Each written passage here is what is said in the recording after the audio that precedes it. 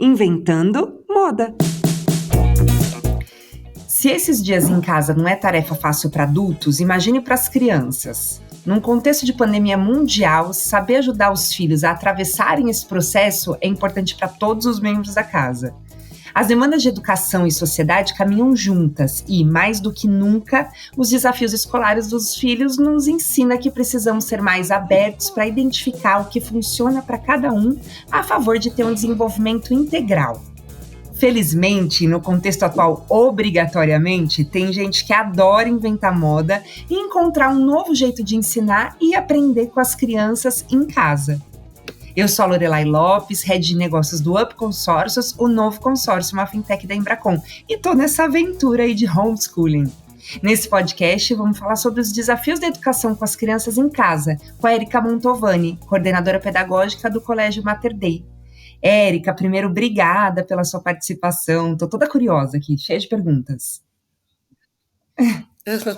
Oi, Lori, tudo bem? Eu também estou muito feliz de participar aqui, porque realmente tem sido um grande desafio. Um grande desafio esse de trabalhar à distância e dessa educação à distância com essas famílias ajudando e participando tanto.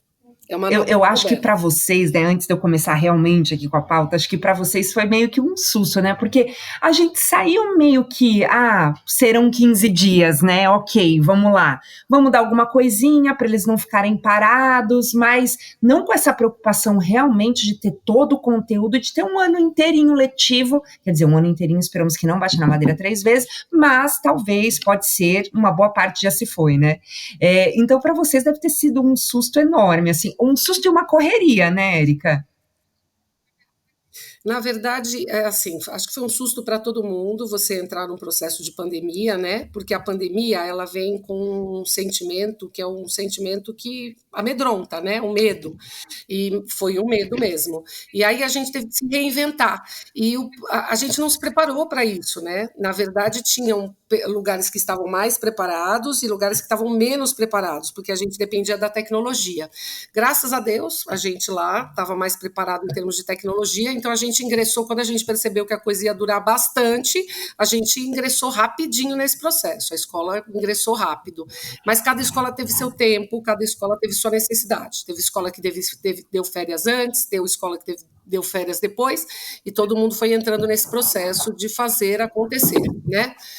Mas eu acho que nenhuma escola pensou em dar alguma coisinha para passar o tempo. A gente pensou em ajudar as famílias a manter a rotina. Era isso que a gente pensava desde o começo. E quais foram, assim, as principais inovações das escolas para oferecer aula online, no geral? As inovações foram a gente pensar quais eram as ferramentas que a gente tinha para trabalhar tudo que a gente tinha que trabalhar, com criatividade. E a ferramenta, ela tinha que ser inovadora. Inovadora em que sentido? Não só como tecnologia, ela tinha que ser inovadora no sentido de transmitir afeto, segurança, transformar aquela telinha numa grande sala de aula. Isso era o nosso grande desafio. Se a gente falasse para as famílias e para as crianças, agora, às 10h15, tem aula de educação física. Todo mundo entrava na tela e sabia o que ia encontrar lá, entendeu? Então, esse era o nosso grande desafio. Se a gente usar a tecnologia através de grandes aplicativos, grandes links, grandes formatos, o mais importante era que tudo isso fosse acolhedor. E tudo isso trouxesse a criança para dentro da escola. E assim, do jeito que vocês começaram, do jeito que vocês estão hoje, vou melhorar minha pergunta, é curiosidade mesmo. Começou assim, vamos fazer Google Meet ou não? Vamos bolar algo da escola? Enfim, como foi? Assim, vocês estão usando a mesma ferramenta que vocês usaram no começo? Então, aí depende da faixa etária, né? Quando a gente pensa de crianças a partir do 6º ano que têm autonomia e podem ficar na tela por mais tempo, que é recomendado até que elas podem ficar mais tempo na frente da tela, a gente pôde começar com o Google Meet e deixar a criança ficar... E aí cada um usava o seu, né? A gente usou bastante o Hangouts. E aí as crianças podiam ficar o tempo integral na frente da tela. Agora, para os menores, isso não pode acontecer dessa maneira. A sociedade Associação de Saúde diz que não é assim, que a gente tem que tomar cuidado com isso, a quantidade de tempo que a criança tem que ficar exposta. E como a criança menor, ela lida menos com esse tipo de tecnologia, a gente tem que, aos poucos, ir introduzindo. Então, a gente começou de uma maneira e terminamos de outra, sempre respeitando a saúde da criança. E você, quando você fala de faixa etária, qual é? Que pode, que não Então, a gente tem pode? várias faixas Assim, etárias, até né? quando pode, assim, que A gente normal. tem, Vai ficar a manhã inteira então, lá tendo aula. Então, a gente tem a educação infantil, que a gente vai de crianças de 6 meses até Uhum. 5 anos. Aí a gente tem o fundamental, que é de 6 anos até 12 anos, mas a escola fraciona em Fundamental 1 e Fundamental 2. Então, Fundamental 1 é de 6 anos a 10, Fundamental 2 é de 11 a 15, e depois o ensino médio, de 15 a 17, 18 anos. Se você pensa no Fundamental 2, que é de 11, 12 anos até 15, eu já posso ficar a maior parte do tempo na frente da tela. E assim mesmo, eu tenho que intermediar aula, corrida, com momentos de tirar a dúvida, que a criança possa sair um pouquinho daquela atenção focada na tela para tirar Para dúvidas, interagir, entendeu? assim.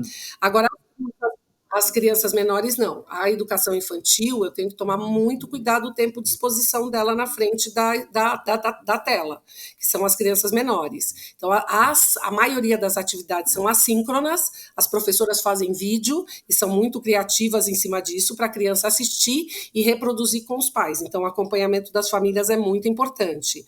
As professoras fazem atendimento individualizados com as crianças, estimulando a criança. E assim, a partir do Fundamental 2, do Fundamental 1, que são crianças de 6 a 10 anos, eu posso ficar um tempo de 1h30 a 1h40 expondo ela ao vídeo, com intervalos, tá? Vamos pensar 2 horas no máximo. Então, eu tenho que tomar muito cuidado com o que eu vou fazer. Então, eu tenho que trabalhar de uma forma assíncrona, que são rotinas mandadas para casa, junto com vídeos das professoras e as aulas online, em forma de hangouts. Eu tenho que tomar muito cuidado com esse tempo de E exposição. o que você vê, assim, Érica, no geral, não sei se em percentual, mas é para a gente ter uma ideia mesmo. Metade das crianças, ou não, 70% das crianças estão acompanhando o conteúdo com prazo e tudo mais dentro do esperado. Ou tem um percentual maior aí que não acompanha, vai, entrega em atraso, faz em atraso. Então, a gente teve um privilégio muito grande, que na escola, no Mater Dei, que eu sou coordenadora do Mater Dei, as crianças de 6º a 3º ano do ensino médio já trabalhavam muito com o Chromebook. Tudo delas era o Chromebook. O Chromebook é um computador da Google que trabalha com tudo isso das crianças, tá? Como eles já trabalhavam com isso, o livro já estava disso, eles estavam muito acostumados com isso, então eles entraram nesse processo muito rápido, foi muito fácil. E os professores foram muito inovadores com projetos diferenciados dentro dessa ferramenta. Então, eles entraram no mecanismo muito rápido. Na educação infantil e no Fundamental 1, a gente fez uma coisa gradativa. Então, a criança foi acostumando com essa ferramenta. Aos pouquinhos, a gente foi aumentando o tempo dela dessa frequência, chegando ao tempo ideal depois de 25 dias de aula, um mês de aula. A gente teve um aproveitamento de... Posso falar para você de Uau! 90%, uma frequência de 90%. Mas calma. Não tanto assim, 90%. Aquelas famílias que criaram uma rotina junto com a gente, porque eu acho que assim, a gente precisou muito de parceria. Aquelas famílias que criaram uma rotina com a gente, entenderam o mecanismo e conseguiram, porque muitas famílias, as famílias estavam trabalhando muito, né, em casa também. Então, assim, depende do tempo dela. Elas conseguiram um aproveitamento muito bom. Agora, se eu penso em tudo que o Ministério da Educação está falando para a gente, dessa avaliação quando a criança voltar à escola, para saber o que a criança rendeu e aproveitou, a gente acompanhando o processo, a gente sabe o que a gente vai ter que fazer quando a criança chegar lá presencialmente, tá? Só que eu posso te dizer que a maioria das crianças pegou o que a gente precisava que ela pegasse, em termos de habilidade, de competência, assim, sem se preocupar tanto com o conteúdo, mas mais no que ela aprendeu em relação a isso. A gente tem um percentual bem alto, viu, Lori? Bem alto. A gente tem um percentual aí de uns 80%. Porque a gente tem que separar o que é competência, o que é habilidade, o que é conteúdo. Porque o próprio Ministério da Educação fala isso para a gente. Ele fala que a gente vai ter que filtrar o que realmente é importante, tá? o que realmente aquela criança tinha que saber naquele momento. E se ela teve a competência e a habilidade para isso, se ela foi desenvolvida nisso, ela vai atrás do conteúdo e a escola também recupera o conteúdo muito rapidamente, né? É uma discussão que já vinha antes da pandemia e agora ela se tornou mais evidente Agora, ainda. saindo desse recorte, né, que é o recorte das escolas privadas, enfim, o que você enxerga, o que você tem ouvido, o que você tem visto em relação a outra realidade, né? Que é a realidade daquilo que demorou um pouquinho mais para de repente dar conteúdo, nem todo mundo tinha acesso. Até alguns professores eu vi que tiveram um pouco de dificuldade. Aí eu não vou colocar nem só na escola pública, mas talvez na privada também. Teve um pouco de dificuldade, até por conta de sinal, por conta de equipamento, para conseguir dar aula, né? Você consegue passar um geral assim para gente? Então, eu consigo sim. O que eu senti, assim, de tudo que a gente escutou e tudo que a gente discutiu é que, na verdade, não foi fácil para ninguém. Tem alguns lugares que são mais privilegiados em termos de até de tecnologia, existem escolas que estavam até mais preparadas para a tecnologia, mesmo da rede privada, e fluiu muito melhor. A gente teve que correr atrás e eu acho que as escolas se ajudaram muito. Eu acho que isso foi um processo legal da quarentena. A quarentena, de uma maneira geral, tá falando muito da cooperação, da gente olhar para o outro, e eu acho que as escolas também fizeram isso. Na rede pública, o que eu sinto é que, assim, tudo demorou um pouquinho mais para chegar. Chegou de uma maneira um pouco desorganizada, em termos de tem programa na televisão, tem algumas escolas que conseguem mandar algumas coisas para casa, e tem a própria possibilidade da criança ter a ferramenta para poder trabalhar aquilo ou não. O que eu sinto, de novo, que aí vem da iniciativa de cada um. Tem professor que está fazendo esse trabalho via WhatsApp, Uau. entendeu? Como hoje a grande população brasileira tem telefone, eles estão mandando para as mães o que tem que ser feito, então, assim, eu escuto desde crianças que estão conseguindo render com os pais, trabalhando arduamente com eles em casa, mesmo na escola pública, e aí, de novo, eu coloco a importância da família na quarentena, até outros que a escola desorganizadamente pede para ir buscar material, que era para ser entregue, apostila para a criança ir cumprindo em casa, e esse material não está na escola. A criança vai buscar, se expõe ao risco de pegar. Então, assim, é uma realidade muito diferente, mas existe um movimento. O que escutamos na última entrevista do secretário da Educação é que essa recuperação desse conteúdo ele vai ser ministrado em 2020, se a gente voltar presencialmente, porque ninguém sabe, 2021 e 2022. Ele vai fazer um trabalho de quase 2 anos para conseguir resgatar o que pode ser perdido Érica, me aqui. arrepiou Eu agora, acho dá que até uma dor no coração, não dá? É, então isso não quer dizer, Lori, uhum, reprovação. Isso quer dizer o quê? Você ver o que a criança perdeu e nesses 3 anos não ficar preocupado em correr com a matéria. Isso é um lado uhum, positivo, não é ruim, entendeu? Você ficar preocupado. Se a gente parar de pensar no conteúdo, porque hoje, vamos pensar claramente, isso é uma discussão antes da pandemia, hein? É uma discussão de educação antes da pandemia. O conteúdo hoje, qualquer cidadão com um smartphone não muito elaborado, o professor Google ajuda uhum. bastante. O que ele tem que ter? Ele tem que ter habilidade e competência para fazer isso. Saber aonde pesquisar e ter competências que são desenvolvidas pela escola para adquirir isso. Então, hoje em dia, habilidade, competência e inteligência, desenvolver inteligências, é muito mais importante do que o próprio conteúdo.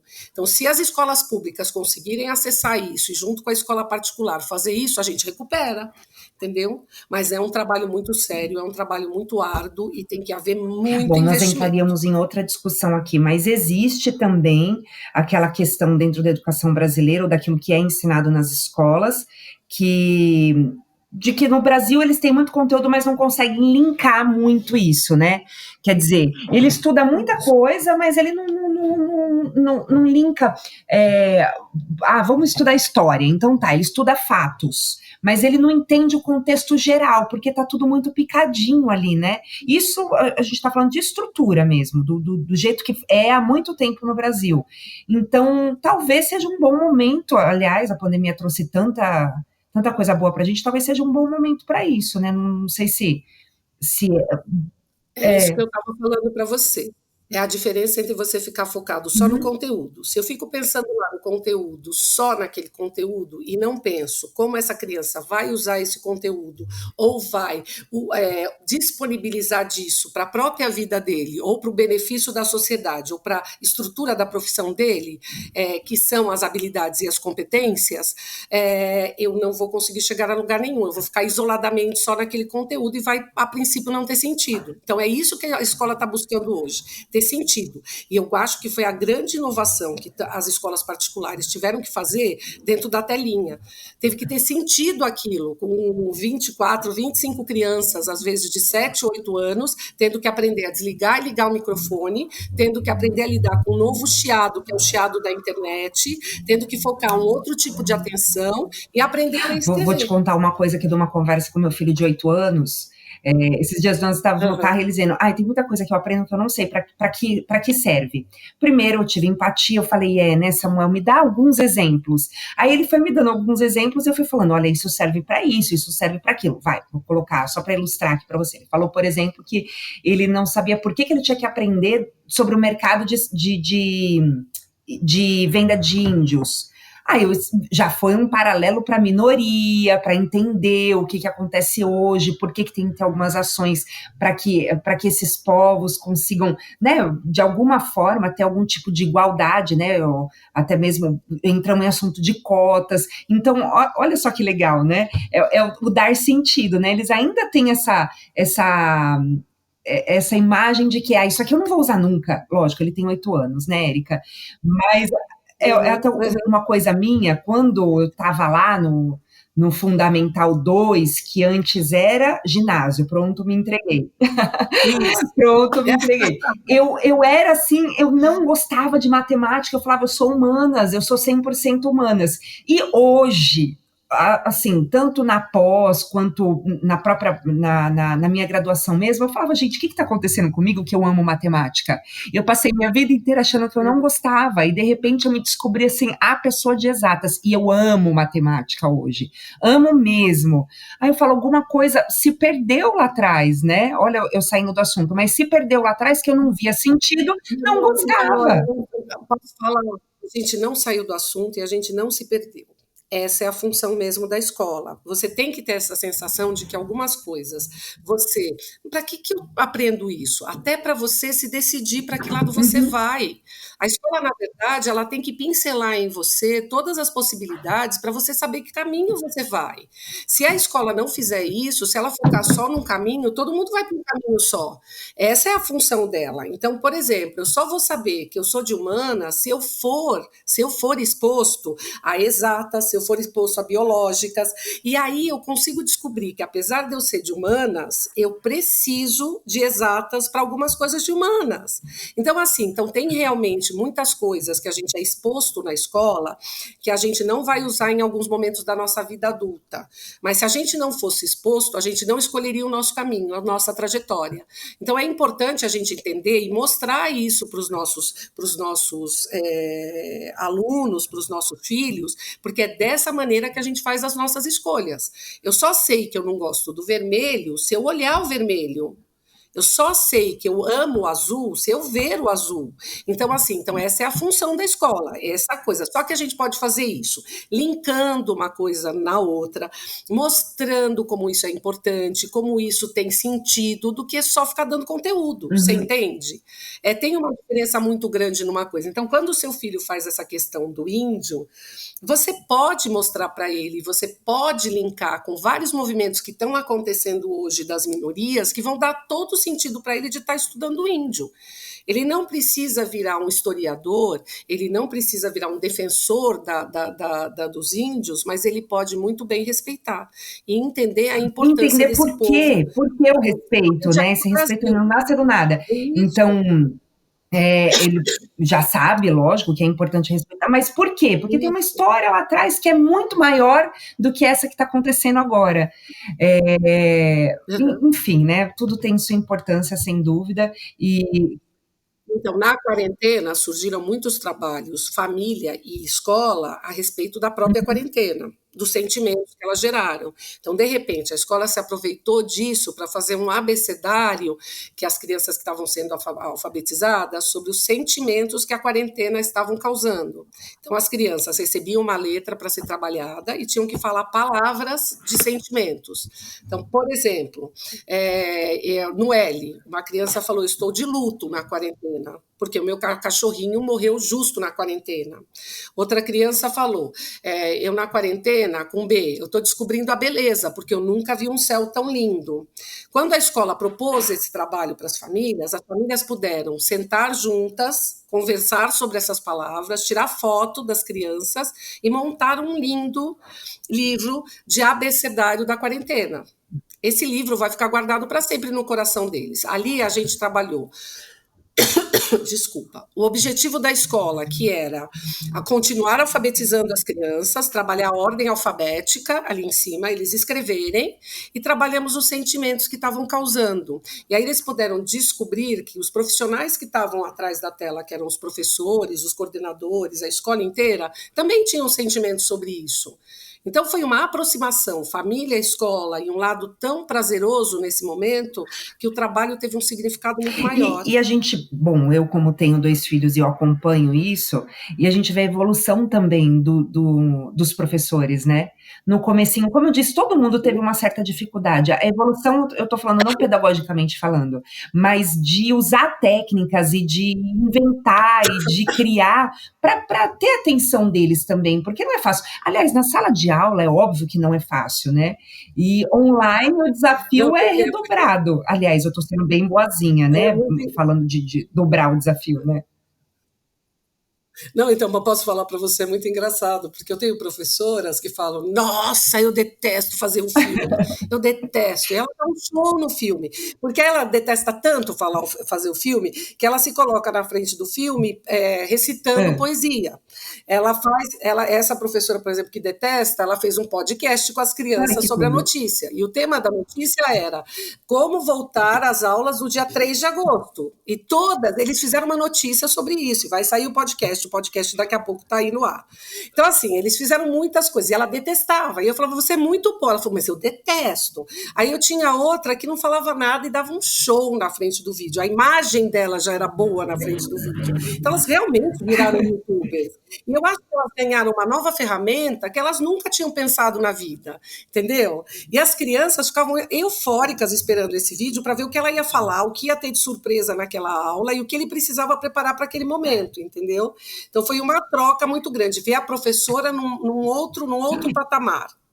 Eu acho que é quebra de paradigma sem mesmo. Dúvida. A minha filha tem 2 professores, eu não vou lembrar as matérias aqui, ou pelo menos não vou falar para não falar errado, mas as amigas, elas esperam, porque todos os dias na aula deles tem uma super entrada.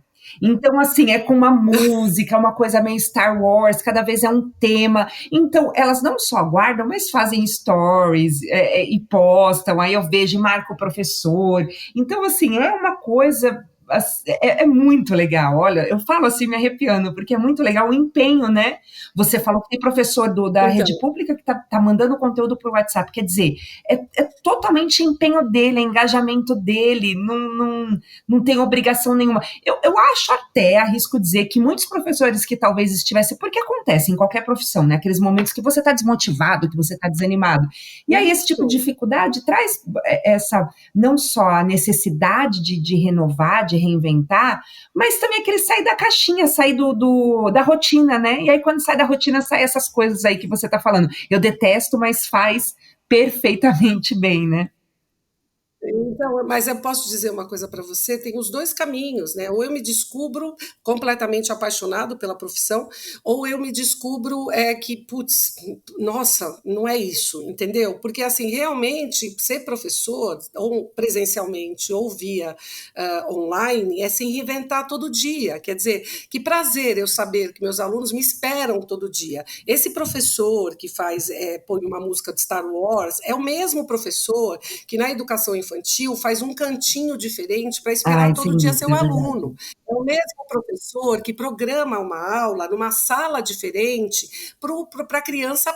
É assim, é o mesmo professor. Então, quando os professores, que você falou que teve uma diferença do começo para o final do semestre, né? No final, a gente ainda tem muito caminho pela frente, né? Mas para quem já entrou de férias, que tem uma diferença muito grande que vocês sentiram em casa e nós também sentimos, por quê? Porque esse professor descobriu que a sala de aula é a mesma, não importa onde ele esteja, se ele está numa telinha de computador, se ele está debaixo de uma árvore, se ele está dentro de uma sala de aula, se ele está numa quadra, ele é possivelmente o mesmo professor. Só basta ele usar a ferramenta correta ali. E aí aquele professor que se reinventou e foi atrás de tecnologias mais avançadas chamou muito mais a atenção da criança, né? Porque a criança hoje ela é tecnológica, né? Ela vem com um Ah, chip a sim, mais. totalmente, né? Aliás, eles pegaram assim numa rapidez. Eu lembro que no comecinho, onde é que eu vou anexar aqui? Eu mesma, né, que tô acostumada, né? Falava, não, mas espera aí, eu vou abrir por onde? Enfim, né? Eles usam Google Classroom. E então teve uma Uhum. certa dificuldade, eles pegaram muito mais rápido. Agora, eu vou dividir que é até engraçado uma dificuldade que é das duas partes, né? Dos alunos e dos professores. Dos professores tem diminuído, mas você deve ver isso muito, né? Que é o tal de desliga o microfone, desliga, que acontece de tudo. E dos alunos, porque tem professor. Aí eu vou falar da minha maior, né? Porque são vários professores, o meu menor são poucos, né? A professora de educação física, inglês e a pro ali, né? Que já é terceiro ano, né? Então é mais tranquilo.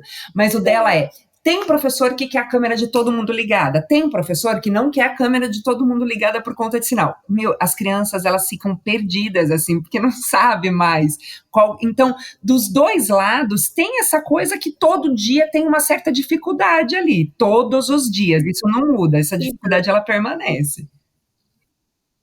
Então, Lori, mas assim, ó, eu vou transpor essa dificuldade para a dificuldade da sala de aula. Todo dia na sala de aula tem aquele que olha para trás e o professor tem que pôr ele olhando para frente. Todo dia na sala de aula tem aquele que cutuca do lado. Porque assim, normalmente quando os pais vêm falar comigo, que eu sou coordenadora, eles falam, nossa, Erika, a sala hoje estava uma bagunça. Aí eu falo assim, nossa, hoje estava tranquilo. E eles morrem de dar risada, né? Porque é a versão da educadora versus a versão do pai, que não está acostumado a ver 25, 24 dentro de uma sala de aula. Então, assim, tem uma versão diferente. Essas coisas que acontecem, desliga o microfone. E aí tem das faixas etárias. A educação infantil não aceita desligar a câmera, porque ela quer que o professor veja ela, que ela pôs a fitinha rosa no cabelo, que a camiseta é do time favorito dele. Ele não aceita a câmera estar desligada. Então, o professor da educação infantil tem sempre que estar com a câmera ligada, tem que ter uma figura com alguma novidade, um óculos colorido, um cílio postiço, tanto que elas usaram o TikTok feito umas loucas, né? Porque elas tinham que estar com uma vivência diferenciada dos pequenos e eles não aceitam desligar a câmera. Os maiores, do primeiro a quinto ano, que são de 6 a 10 anos, eles deixam a câmera ligada e eles aceitam quando a gente pede para desligar a câmera porque o sinal está diferenciado e a gente quer que a câmera fique ligada. E aí eles começam a ficar malandro de que quando eles querem sair da aula, eles desligam a câmera e falam que o sinal está ruim. De sexto até terceiro médio já começa a malandragem. Do ensino médio, ninguém mais quer ligar a câmera. Eu tenho uma realidade aqui em casa, que eu já estou com. A minha filha já está na faculdade. É a câmera desligada o tempo inteiro. Normalmente eles estão debaixo da coberta, entendeu? Aí a mãe tem que monitorar, que nem monitora o pequeno, para ver se não está dormindo Você, na não, aula. você tá Então, aqui assim, em a gente. casa, Érica, não é possível. É assim, toda hora você Então, tá essa é a dormindo. realidade de Já o todos. pequenininho não, é E na então, mesa, câmera ligada, é uma coisa linda. mas aí, quando eles vão começando o quarto, quinto ano, se prepara que já Não, começa a a ficar minha é do malandro. E aí, sexto, é essa que eu tenho que estar toda hora lá para saber se ele não tá dormindo. isso, e assim, vai piorando essa questão, entendeu? Vai piorando, porque aí vai. E assim, às vezes está lá com a câmera desligada e está super antenado. E aquele que era tímido fala pouco. E aquele que falava feito um louco na sala de aula continua falando. E aí a gente tem que pedir para desligar o microfone, e aí é uma questão. Na verdade, mudou a ferramenta, mas as questões da sala de aula continuam muito parecidas, você percebe? É muito engraçado isso. A professora tem que lidar do mesmo jeito. A única única coisa que faz muita falta, e aí a gente não pode dizer que não, e por isso que todo mundo quer que volte às aulas, é que assim, a grande sacada da escola, o grande diferencial da escola, além de todo o papel pedagógico que ela tem, de todo o compromisso cultural que ela tem com a sociedade, de alfabetizar, de trazer o lado acadêmico para as crianças, é o lado social. É neste lugar que a gente tem as parcerias. Então, o contato físico, tudo isso está fazendo muita falta e está trazendo questões emocionais para algumas famílias bem importantes, né? Então, eles estão sentindo muita falta, né? Às vezes vem os dados que a quarentena está diminuindo, que as famílias estão aderindo menos. Na verdade, ninguém mais está aguentando não ver o outro, não encontrar com o outro, né? A gente fez alguns trabalhos, como eu já te disse, de quarentena, e a maior falta das crianças, a maior falta é o avô e a avó, sem sombra de dúvida. Essa figura hoje que é tão presente, porque os pais trabalham tão fora, que é o avô e a avó é uma referência muito forte. Então, assim, está se sentindo muita falta disso e está se tendo uma perda emocional importante, que é a nossa preocupação quando a gente voltar para o presencial. Entendeu? Essa é a nossa grande sacada e a grande presencial. Então, essas coisas da sala de aula, a gente está aprendendo muito como profissional, as famílias estão conhecendo mais a gente. Eu acho que o valor que está sendo dado para o professor e para as escolas é outro hoje em dia, né? Eu acho que, assim, do mesmo jeito que se aplaude os profissionais da medicina que estão dando um show de trabalho, estão se dando aos professores também, né? E as famílias estão sendo parceiras demais. O papel da família está tendo um novo ressignificado, né? As famílias vão voltar muito diferenciadas. Te digo muito que diferenciadas. grupo de mãe tá bombando. A gente Ah, nunca bombou tanto. positivamente, negativamente. A orelhinha da gente de vez em Olha, quando eu fica imagino que vermelha. vocês devem sofrer muito, mas é um dos momentos mais positivos, assim, pelo menos que eu vejo, né? E eu tô em dois, então, dos grupos de mãe. No comecinho tinha aquela coisa toda da reclamação, porque tava todo mundo meio perdido. Mas eu vejo muito mais elogios hoje até do que antes. Eu acredito que porque hoje a família consegue acompanhar. Antes tinha aquela coisa do eu não sei o que está acontecendo. Então o filho vem, traz alguma coisa, fala algo que aconteceu e enfim, né? E tudo vai para o grupo. Hoje, como as famílias estão Aí, acompanhando, isso diminuiu, né? Diminuiu ou acabou, né? então, eu vou fazer, aí que nem você falou para mim, eu vou fazer um desabafo também como educadora. A gente sempre teve a questão do portão da escola. As mães que ficavam no portão da escola fazendo algumas reclamações da escola, né? Aí depois que surgiram os grupos de WhatsApp, essa questão amplificou. Então, às vezes, alguma coisa que é muito pequena dentro da escola fica de um tamanho que quando vem e perguntam para a gente, tudo minimiza. Agora, com a escola completamente aberta online, as coisas resolvem muito mais depressa. Muito mais depressa. Então, assim, uma coisa que antes amplificava muito, porque exatamente a gente não sabia o que estava acontecendo, agora resolve muito, Eu muito depressa. sinto, eu. Só que tem uma realidade. Na quarentena, não dá para você tratar das coisas como elas fossem coletivas. Cada casa é uma realidade, cada casa precisa de uma atenção especial. Porque em cada casa a coisa está rolando de uma maneira. Tem casa que os pais estão trabalhando muito e está muito difícil essa escola.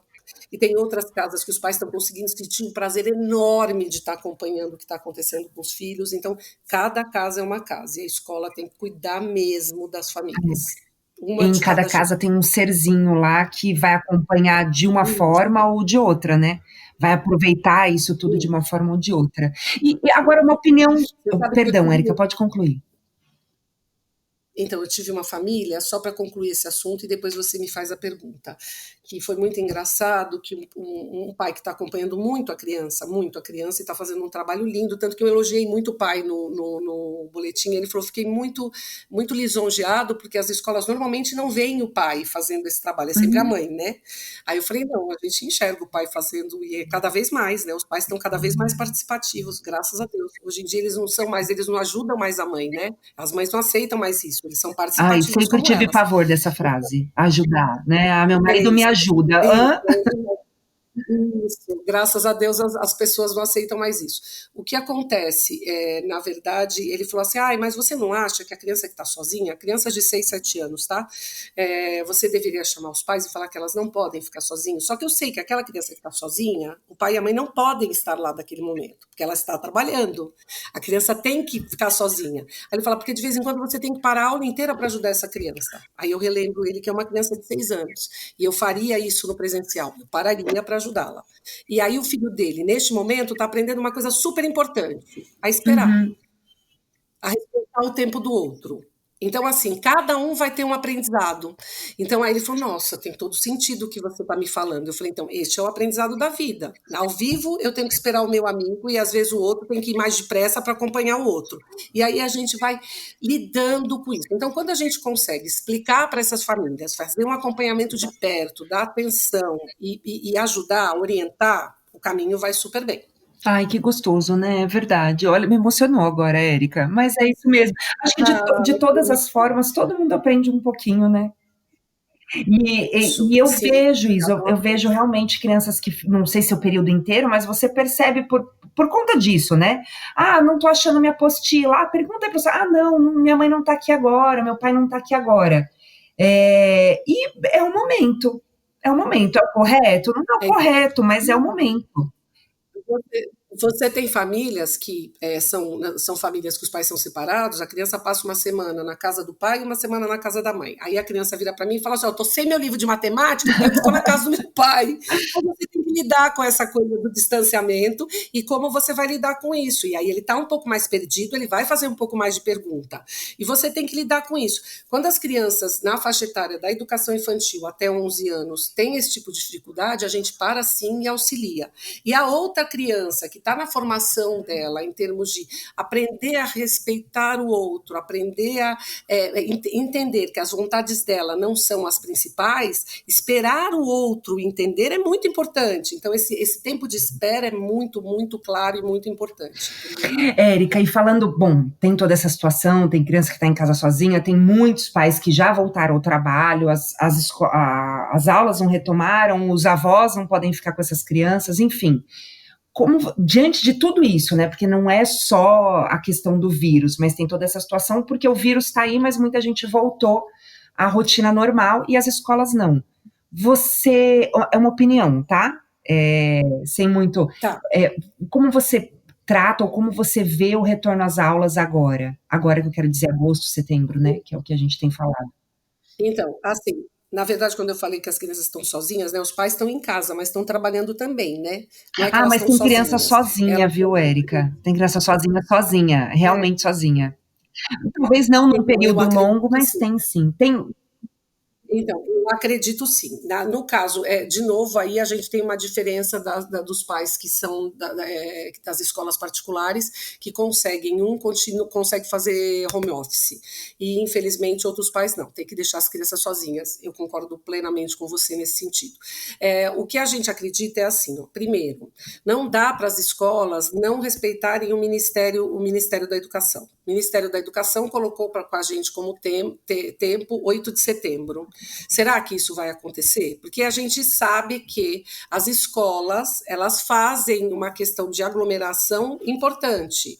Como começar, né? Como fazer? Fazer em termos de escalonamento. Então, as escolas estão se preparando. De novo, eu quero acreditar que as escolas públicas que estão fazendo esse trabalho todo, que eles também estão se preparando. Quero acreditar, não sei se é possível. Mas as escolas particulares estão começando a se estruturar para isso, com a ideia de exatamente os pequenos, que são os que os pais mais precisam que fiquem na escola para trabalhar, possam ir para a escola com segurança. Só que eu acredito que enquanto a gente não sentir total segurança, as crianças vão continuar em casa. E é uma situação bastante difícil. Bastante difícil. Porque assim, você já deve ter visto um monte de brincadeirinha, né? Com a criança e a professora com a criança com a máscara, a criança pequena. Com certeza. Primeiro dia, o que vai acontecer. Só que existem várias coisas que a gente pode fazer, porque até as crianças estão diferentes. Eu não sei se você vê um monte de criança com máscara na rua e as próprias crianças estão amedrontadas. Agora, como a gente vai fazer isto é uma coisa bastante complicada. A logística, tanto que você brincou no começo da entrevista, até o final do ano, não, pelo amor de Deus, vamos bater aqui. Gente, quando me falavam no começo da pandemia que ia durar até setembro, eu falava, você é louco? E olha, nós estamos chegando em setembro, né, nessa história toda. Então, eu acho que é assim, tem uma questão de que vai haver uma necessidade de volta, a gente vai ter que fazer ela da maneira mais segura, e, de novo, eu acho que as escolas particulares vão estar mais preparadas. Eu acredito. Agora, de novo, a gente vai aprender fazendo. Ninguém nunca teve essa experiência. A grande diferença é que as escolas particulares, e eu acho que as escolas públicas também, já estão se encontrando virtualmente em congressos para como voltar. Tá? A gente está se preparando. A gente entrou na pandemia sem ter tempo para se preparar. A volta, que a gente não sabe quando vai ser, porque a gente não sabe se vai ser 8 de setembro mesmo, a gente está se preparando para ela. Então, eu acho que há uma possibilidade de mais experiência. Né? Você viu que eu falei bem devagar? Eu vejo, é lógico que é um cuidado enorme, né? Assim como eu bati na madeira no final do ano, não, é esperando que não precise assim. Porque tá tudo bem, tá tudo ok, a gente pode voltar porque a gente zerou esse problema. Só que sendo bem realista, né? Provavelmente não tenhamos zerado esse problema, afinal de contas, o que a gente sabe hoje é que somente uma vacina. Eu, como mãe, não gostaria que voltasse. Olha só que coisa mais maluca, né? A gente fica numa mistura de sentimento, assim, de apreensão, de medo, que é muito grande, né? Então, porque assim, a gente tem uma amostra todo dia de quantas pessoas morreram, certo? Vem aquela batelada de coisa na cabeça da gente. E o número que vem embaixo de que quantas pessoas pegaram, a gente nem presta atenção. É infinitamente maior o número que pegaram. Na verdade, a grande preocupação da pandemia é os hospitais não darem conta. Agora a gente está entrando no momento da pandemia que é muito preocupante. Aí eu falo isso para você porque assim, eu tenho uma mocinha aqui em casa que está no 2º ano de medicina. Então ela fala, mãe, enquanto estava em São Paulo tem muito hospital. São Paulo está muito estruturado para isso. Apesar de morrer gente, não vai ficar aquela coisa das pessoas na porta. As pessoas dificilmente morrerão porque não foram atendidas, né? Isso. Agora, quando começar a pegar essas cidadezinhas muito pequenas, que nem o BS tem, aí a coisa vai pegar, porque é o que está acontecendo, que agora está indo para o interior. Então, por exemplo, você percebe notícia de Belo Horizonte, já o caos. E não é porque Belo Horizonte está o caos, é porque as cidadezinhas perto estão mandando para Belo Horizonte, porque não tem outra opção. Então, assim, a gente está entrando numa fase muito delicada, que São Paulo está entrando num momento mais tranquilo, onde as outras cidades vão fazer isso. Então, quando a gente pensa na volta às aulas, a gente pensa que foi o que aconteceu nos outros países, uma volta de novo de um problema. Agora, nos Estados Unidos, teve todo aquele problema das greves, das passeatas, dos movimentos muito justos, mas que causou de novo um pico enorme de casos. Érica, então, assim, é uma pandemia muito chata, e o nosso medo é que a escola cause isso. Eu estava ouvindo um estudo, é um estudo que tem, inclusive envolve um estudo de caso do México, que trouxe um aumento nos Estados Unidos, as manifestações, mas ele não é tão significativo quanto é exatamente essa comparação que tem feito. Você sabe que na Europa, muitos países retornaram às aulas e já mandaram as crianças para casa de novo. Por quê? Porque a criança é um vetor. O que acontece? O comportamento do vírus, é lógico que tudo isso não são estudos, né? A gente não sabe. É mais por comportamento de ambiente. Então, olha, tiveram as manifestações, a gente teve aumento, mas não é tão significativo quanto a abertura de bares ou retorno às aulas. Por quê? Porque o vírus, ele tem é muito mais fácil o contágio em ambiente fechado. Ou seja, escola, bar, restaurante. Mais ainda. Ontem, por acaso, a gente está conversando aqui hoje, ontem, no momento que sair esse podcast, não terá sido mais ontem, né? Mas foi no dia 6/7, o Trump tweetou, né? Que as aulas devem retornar, você acompanhou isso? Devem retornar agora. Acompanhei. E assim, eu só dei uma olhadinha nos comentários, ele foi super, hiper, mega criticado, né? Porque ele afirmou ali em letras garrafais, letra maiúscula, enfim, né? Que tem que voltar às aulas. Então, É porque o que acontece é o seguinte: até quando a gente vai adiar essa volta, tá certo? Tem muita gente que para trabalhar É, precisa que a criança esteja exatamente, né? É. assessorada. E qual é o melhor lugar para a criança estar assessorada? É na Assessorada, escola. muitas vezes Hoje, alimentada, né? Porque a gente sabe que boa parte da não, população, as crianças dependem ali isso. do café, do lanche, do almoço. Isso. Aí o que acontece? A gente tem que estruturar para isso acontecer. E assim, eu acho que assim, é uma preocupação, é uma coisa, e eu acho que vai acabar acontecendo de a gente ter uma volta. Aí eu não estou dizendo que o Mater Dei vai fazer isso, é uma coisa que os educadores estão discutindo. Eu acho que vai acabar acontecendo uma volta, onde algumas crianças vão voltar, outras não, e assim a gente vai trabalhando e aí o online vai fazer parte da vida da gente por algum tempo a mais.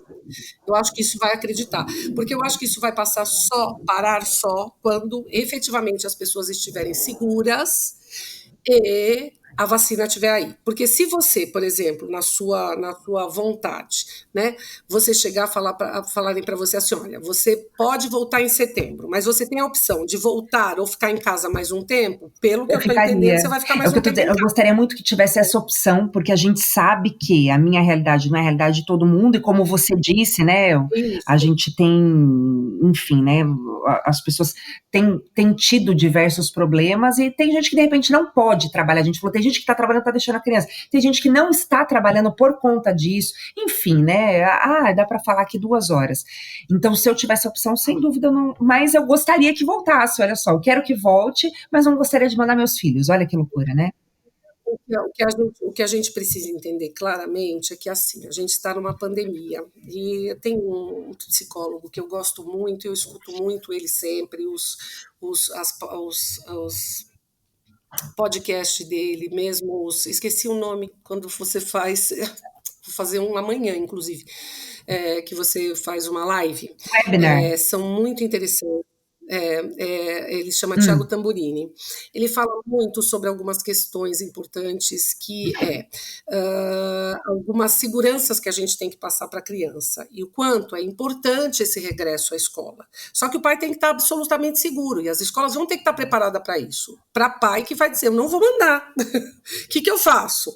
Entendeu? Então, eu acho que existe essa realidade. Só que a lei, o Ministério da Saúde, ou da Educação, ele vai vir para cima da gente com alguma lei para a escola e para os pais. Eu acho que não vai dar para os pais falarem, não, eu não vou mandar porque eu não quero, e eu acho que não vai dar para a escola dizer, eu vou fazer do jeito que eu quero. O secretário da Educação já disse que vai ter uma flexibilização diferente para o Estado, para o município, que tem uma realidade diferente. Mesmo o Estado e o município têm uma realidade diferente. O Estado tem crianças maiores, o município tem crianças menores. Ali, a creche é uma das coisas que eles vão demorar mais para abrir. E a creche é o que mais as mães é. precisam. É uma realidade dura. E aí a mesma coisa nas escolas particulares, porque a gente tem escola particular com 50 metros de extensão, e a gente tem escola particular que é um mundo. Tem escola particular que tem 90 alunos e tem escola particular que tem 5.000 alunos. Então, assim, cada escola vai ter a sua realidade para lidar com isso, só que dentro de uma lei. Eu acho que vai acontecer a mesma coisa com os pais, entendeu? A gente tem várias coisas assim, mas a gente já sabe que existem crianças que não vão poder voltar. Então, assim, a gente vai ter que ser muito criativo, como a gente já está sendo criativo hoje. O que é mais importante nisso tudo, Lori, que eu acho, é que, assim, hoje, como você já disse ali atrás, a gente já aprendeu como a gente faz online, a gente sabe fazer ao vivo e a cores, então a gente saiu ganhando nessa quarentena. A gente vai poder fazer de todos os jeitos. As crianças fazendo online desenvolveram habilidades, os seus filhos hoje têm habilidades que, quando eles chegarem na escola, eles vão estar em muitos aspectos muito melhor, muito melhor. Entendeu? Você, em termos de atenção, eu sou psicopedagoga e eu trabalho com criança que tem muita dificuldade de aprendizagem. Em termos de atenção, quando você trabalha no online com esse microfone, liga e desliga, você desenvolve um nível de atenção que, para as crianças que tinham dificuldade de atenção no ao vivo e a cores, eu acho que eles vão voltar muito É. melhores. Então, assim, Quer tem dizer, o muitas coisas método se provou positivas, eficaz, né? se provou eficaz, se provou possível, e a gente pode Aí usar as as duas coisas, oportunidades são, né? sem esquecer que a melhor escola não é online. Ela é possível, mas a convivência e estar junto é É isso. fundamental. É isso que a gente quer, fundamental. né? É tá ali, é correr, é Uhum. parque, é. Isso. E é por isso que você tem essa sensação. É assim, ó, foi o sentimento que eu te falei. Eu tenho medo de mandar ele para a escola. Eu quero que tudo se resolva. E o tudo se resolva é que não tenha mais Uhum, perigo nenhum. É a uhum. vacina para mandá-lo, mas ao mesmo tempo eu desejaria muito que ele tivesse com os amigos, ele tivesse com todo mundo, que tudo fosse muito positivo. Por isso que a gente faz, ó, coisas deliciosas. Dia do pijama, todo mundo de pijama, hangout, brincando e se divertindo, contando como está se sentindo. Por isso que as escolas ficaram tão preocupadas em fazer dicionário, abecedário, livro sobre a quarentena, para pôr o sentimento para fora. Por isso que a gente ficou tão preocupado com esses aspectos todos, né? E quanto mais criativo for, a gente lançou agora umas férias virtual, que eles fazem tudo pelo computador, mas é assim, fazendo descobrimento, invenção, vai ter a semana da descoberta do brigadeiro, para as mães continuarem tendo o que fazer com os filhos, entendeu? A gente tem curtido muito, eu espero que seja a maioria, mas a verdade é que a gente tem curtido muito. Festa junina, e vai, e tem argola, e a gente se vira, e acha garrafa em casa, e faz pescaria, enfim, a gente vai se virando nos 30. Agora, E a gente vendo os pais dançando com os filhos forró, de rosto coladinho. Quando a gente teve isso na quadra, os pais ficavam lá assistindo, babando os é, filhos dançando, a gente fazendo a festa junina, o pai agarradinho com a filha e ó, só no e eu confesso que remeleixo. Que não teve aquela delícia! correria da roupa esse ano, né? A gente pegou ali o que tinha, então Isso! teve uma economia de tempo aí, confesso. Ó, economia, assim, o consumismo tem outro espaço Ah, hoje, né? A criatividade ganhou uma dimensão que, nossa, Deus nos acuda. na aula de educação financeira do meu filho, o desejo, a lista de compras dele só inclui pijamas. Ai, que Eu vejo delícia! algumas meninas com laço na cabeça e ele acabou virando, né, um comentário geral, inclusive da Pro, que brinca muito com ele, porque ele só muda o modelito do pijama. Que delícia, né? É muito bom. É delícia, Agora sim, delícia. Érica, porque Mas você a sabe prosa tá muito boa e se deixar a gente fica 2 horas. que Assim, eu quero pedir uma dica para você, porque mais do que focar na educação em si, assim, qual a dica para os pais lidarem com as crianças nessa quarentena? Mas pode falar da educação também, de repente do limite, assim, onde é que ele ajuda, onde é que então, ele atrapalha o professor e dica geral para lidar com as crianças. Então, o que eu falo é o seguinte: o que eu senti observando as famílias como orientadora, que eu já observava no presencial, e isso ficou mais claro para mim, porque como orientadora eu entrei muito mais na casa das pessoas, a rotina. A família que instituiu uma rotina desde o começo, ela teve um sucesso muito maior no sentido de tranquilidade, no sentido de limite, no sentido de seguir regra. Então, a rotina é muito importante. Só que lembrando que essa rotina, por ser quarentena, ela tem que ser muito mais flexível do que ela seria se a gente não tivesse de quarentena. Vou te dar um exemplo.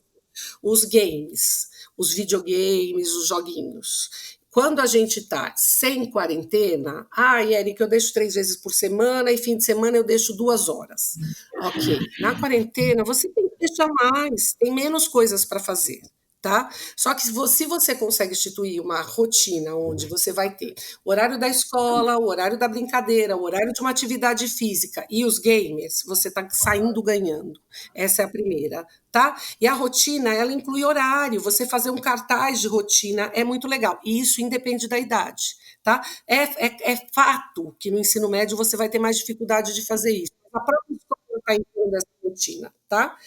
Outra coisa, nas férias, você não vai conseguir fazer essa rotina, tá? Desse jeito. Porque é férias, mas você estipulando uma rotinazinha vai te ajudar mais. Então, eu digo, rotina, limite, vira-pé mais flexível vai ajudar muito, muito nesse momento de quarentena. Érica, obrigada, obrigada, obrigada mesmo. Adorei o nosso papo aqui de fim de tarde.